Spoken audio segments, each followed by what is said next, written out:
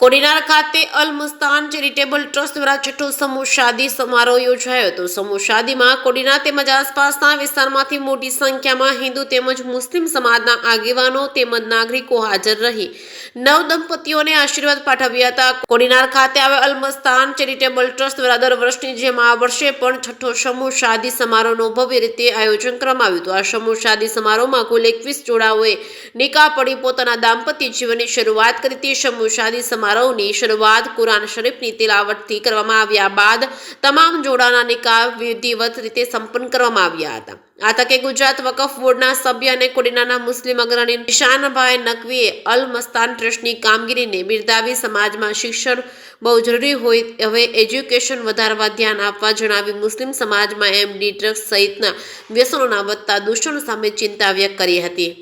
સમાજને વ્યાન મુક્ત સમાજ બનાવવા અપીલ કરી હતી। કોડીનારના અગ્રણી આગેવાન પૂર્વ પ્રિન્સિપાલ મનુભાઈ મેરે પણ પોતાના પ્રવચનમાં સમાજને આગળ લાવવા અને પરિવર્તન માટે શિક્ષણ જ એકમાત્ર વિકલ્પ હોવાનું જણાવી મુસ્લિમ સમાજને શિક્ષણ ઉપર ધ્યાન કેન્દ્રિત કરવા અપીલ કરી હતી।